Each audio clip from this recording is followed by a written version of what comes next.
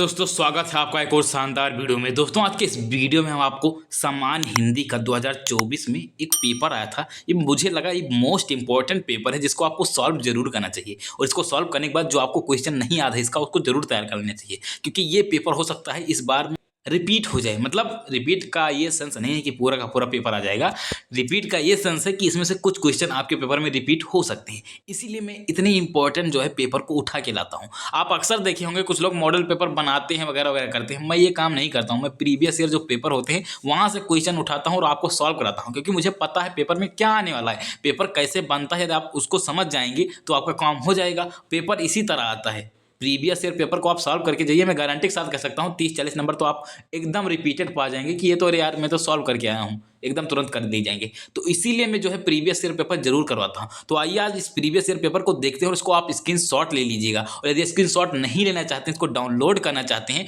तो उसका भी मैं आपको लिंक अभी प्रोवाइड करता हूँ। कैसे मिलेगा वो सारी चीज़ें बताता हूँ। तो सबसे पहले खंड का देखते हैं। खंड का में भैया क्वेश्चन था, क्वेश्चन नंबर 1 यहाँ में पूछा गया माधुरी पत्रिका किस युग में प्रकाशित हुई भैया।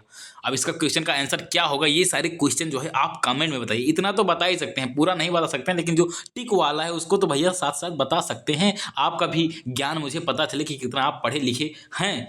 दूसरा क्वेश्चन है कि शेखर एक जीवनी के लेखक हैं। वेरी इजी क्वेश्चन, और मैं आपको बता दूं ये मोस्ट रिपीटेड क्वेश्चन है, ये बार बार पूछा जाता है। शेखर एक जीवनी के लेखक हैं, तो इसको जरूर तैयार कर लीजिएगा, इसको समझ लीजिएगा। इसके उत्तर जो है आप कमेंट में दीजिएगा। आप इसका प्रॉपर सोल्यूशन मांगेंगे तो मैं आपको पूरा प्रॉपर सोल्यूशन दूंगा, लेकिन फिलहाल के लिए मैं आपको यहाँ क्वेश्चन दिखा रहा हूँ किस तरह के क्वेश्चन आते हैं, पेपर कैसे बनता है और इंपॉर्टेंट क्वेश्चन इनमें से क्या क्या है। कफन किस विधा की रचना है, मोस्ट इंपॉर्टेंट क्वेश्चन ये आता है, कफन किस विधा की रचना है। दूसरा जो है इंपॉर्टेंट क्वेश्चन, मेला आंचल उपन्यास है, किसका उपन्यास है, यानी कौन सा उपन्यास है, इसको आपको बताना है। तो ये भी मोस्ट इंपॉर्टेंट क्वेश्चन। अंधा युग के लेखक, ये बहुत फेमस जो है लेखक की रचना है, तो इसको आपको जरूर पता होना चाहिए। तो 3-4 इंपॉर्टेंट क्वेश्चन इस बार रिपीट होने के चांसेस हैं इनके। ऐसे ही क्वेश्चन नंबर 2 में हम देखते हैं रामचरितमानस किस भाषा में लिखी हुई है। अरे भैया बड़ा सिंपल चीज़ है, रामचरितमानस किस रचना किस भाषा में लिखी हुई है, तो इसको आपको कमेंट में बताना है। उसके बाद में परमाल रासो का रचना काल है, इंपॉर्टेंट क्वेश्चन है। परमाल रासो इंपॉर्टेंट क्वेश्चन भैया, रचना काल है, कौन से काल में जो है इसकी रचना हुई थी। छायावाद की रचना नहीं है, छायावाद युक्त से भर भर क्वेश्चन आता है, 2-3 क्वेश्चन छायावाद से आपको लगभग मिल ही जाता है। तो इसलिए छायावाद के लेखक और जो रचनाएं हैं उनको जरूर पढ़ के जाना है। तो छायावाद की रचना नहीं है। अब इसमें से आपको बताना है कौन सी रचना जो है छायावाद की नहीं है, छायावाद युग में नहीं लिखी गई है। अब घ नंबर क्वेश्चन है, सुमित्रानंद पंत ने नौका विहार कविता की रचना किस स्थान पर रहकर की। अब नौका विहार आप चैप्टर पढ़े होंगे तो आप आसानी से कर ले जाएंगे। अंगा नंबर, वेदना की प्रतिमूर्ति किस कवित्री को कहा जाता है, इंपॉर्टेंट क्वेश्चन है। ऐसे ही क्वेश्चन नंबर 3, ये देखिए 10 नंबर क्वेश्चन आता है, 5x2। अब इसको मैं बताता हूँ 5x2 का क्या अर्थ है। जैसे यहाँ पे 5 क्वेश्चन दिए गए हैं तो हर क्वेश्चन पे आपको 2 नंबर मिलेगा। जैसे ये क्वेश्चन यदि आप कर ले जाते हैं तो आपको 2 नंबर मिलेगा। पाठ का शीर्षक एवं लेखक, यानी जो संदर्भ सहित व्याख्या वगैरह जो कहा जाता है, ये उसको लिख ले जाते हैं तो आपको 2 नंबर मिलेगा। यहाँ तो केवल आपको पाठ का नाम लिखना है और लेखक का नाम लिखना है, ये दोनों चीज़ कर ले जाते हैं तो आपको 2 नंबर मिल जाएगा। ऐसे ऐसे चीज़ें आपको करनी है। अब ये देखिए इसको आपको पढ़ना है, उसके बाद में आपको बताना है कि जो है ये किस पाठ से लिया गया है, इसके लेखक कौन है, और जो है रेखांकित अंश की व्याख्या कीजिए। जो रेखांकित अंश, अरे बड़ा कम रेखांकित अंश दिया गया है, इसी रेखांकित अंश की आपको व्याख्या करनी है। तो इस तरह आपको 10 नंबर मिल जाएगा। ऐसे ही क्वेश्चन 4 में भैया ये जो है पद का है, यहाँ पे भी आपको जो रेखांकित अंश है इसकी व्याख्या करेंगे, 2 नंबर मिलेगा।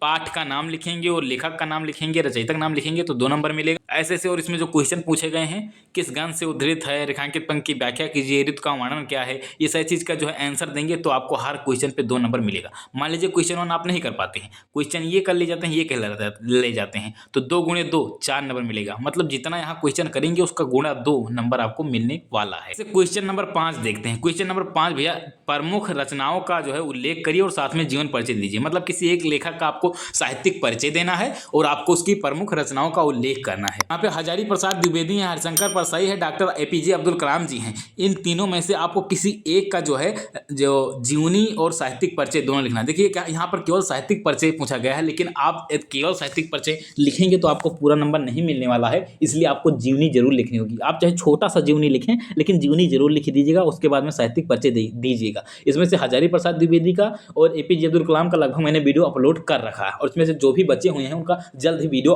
आ जाएगा। 24 फरवरी से पहले मैं आपको सब कुछ प्रोवाइड कर दूंगा, तो उसकी टेंशन मत करिए। आप चैनल को सब्सक्राइब करके रखिए ताकि हर वीडियो की नोटिफिकेशन आप तक जाती रहे और आप वीडियो देखते रहें, आप नॉलेज पाते। अब इसमें से आप पूछेंगे इंपॉर्टेंट क्या है, हजारी प्रसाद द्विवेदी इस बार आने के पूरे चांस। ऐसे ही खा नंबर बात करें ख में किसी एक कवि का साहित्यिक परिचय देते हुए उनकी प्रमुख कृतियां लिखना है।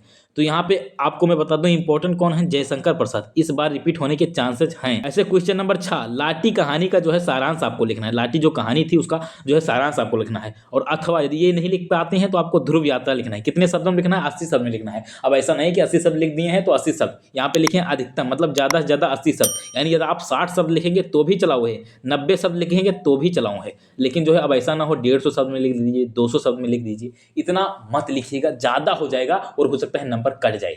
इसीलिए आपको जो है एक्यूरेट लिखना है, ढंग से लिखना है, चाहे थोड़ा लिखिए लेकिन ढंग से लिखना है। क्वेश्चन नंबर 7, ये क्या है? खंड काव्य। अब आपके जिले में जो भी खंड काव्य है, जैसे मेरे गोंडा में जो है कौन सा खंड काव्य बेटा? गोंडा में हमारे है पति खंड काव्य है। ऐसे ही आपके जिले में जो भी खंड काव्य हो, इसका मैंने पूरा वीडियो बना रखा है। एक वीडियो है 1.5-2 लाख व्यूज पे गया हुआ है, उसमें मैंने पूरा समझा रखा है कि किस खंड काव्य जो है, मतलब किस जिले में कौन सा खंड काव्य पूछा जाएगा, उसको मैंने समझा रखा है। तो उसको जरूर देखिएगा जिससे आपको समझ में आए कि आपके जिले में कौन सा पूछा जाएगा। अब कुछ लोग कमेंट करते हैं कि मेरे जिले का आपने यहाँ पे नाम ही नहीं लिया, बताया ही नहीं। तो मैंने उसमें लास्ट में आपको एक चीज बोला था कि जितने जिलों का यहाँ पे मैंने नाम नहीं लिखा हूँ, उनको जो है अगल बगल के जिले में जो आता है वही लिखना है। अगर वो नहीं कर पाते हैं तो सबसे बढ़िया तरीका ये है कि आप अपने हिंदी के जो टीचर हैं उनसे संपर्क करना है, उनसे पूछना है सर मेरे जो है खंड काव्य में कौन सा उत्तर लिखना है। क्योंकि आपने इससे पहले अर्धवार्षिक पेपर दिया होगा, प्री बोर्ड दिया होगा, तो उसमें क्या लिखा है ना भैया, खंड काव्य लिखा होगा कुछ ना, आपके टीचर ने बताया होगा कि अपने जिले में ये खंड काव्य लिखना होता है, ये आता है, तो उसको पता कर लेना है और वही लिखना है। अब आइए खंड खा में देखते हैं, संस्कृत का खंड है। यहाँ पे देखिए क्वेश्चन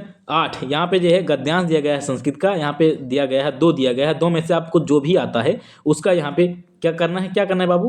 गद्यांश में से किसी एक का संदर्भ सहित हिंदी में अनुवाद करना है भैया। सबसे पहले संदर्भ लिखेंगे तो आपको 2 नंबर मिलेगा और इसका हिंदी में अर्थ लिख देंगे तो आपको 5 नंबर मिलेगा। इस तरह टोटल आपको 7 नंबर मिलेगा। यदि आप कुछ नहीं जानते हैं, संदर्भ करके आ जाते हैं, तब भी आपको 2 नंबर मिलना ही मिलना है। ऐसे खा में भैया, खा में आपको किसी एक का जो है संदर्भ सहित व्याख्या करना है। 2 + 5 यहाँ भी है, संदर्भ लिखेंगे 2 मिलेगा और जो है व्याख्या यानी अनुवाद लिखेंगे तो आपको 5 नंबर मिलेगा। ऐसे क्वेश्चन नंबर 9 की बात करें, एक का अर्थ लिखकर वाक्य प्रयोग करिए, 2 नंबर दिया जाएगा।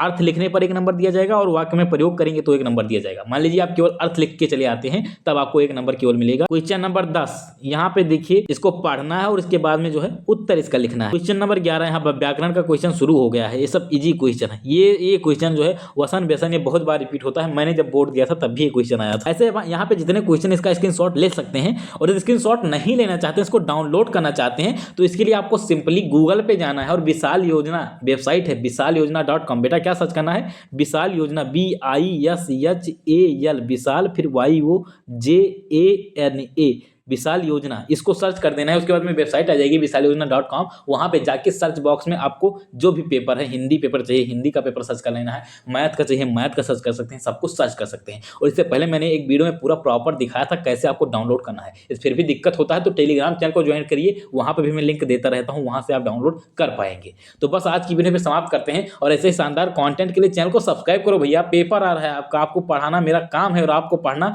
आपका काम है, तो मैं अपना काम ढंग से कर रहा हूँ, आप अपना काम करिए, सब्सक्राइब करके जाइए। मिलते हैं अगले वीडियो में, तब तक के लिए जय हिंद, वंदे मातरम।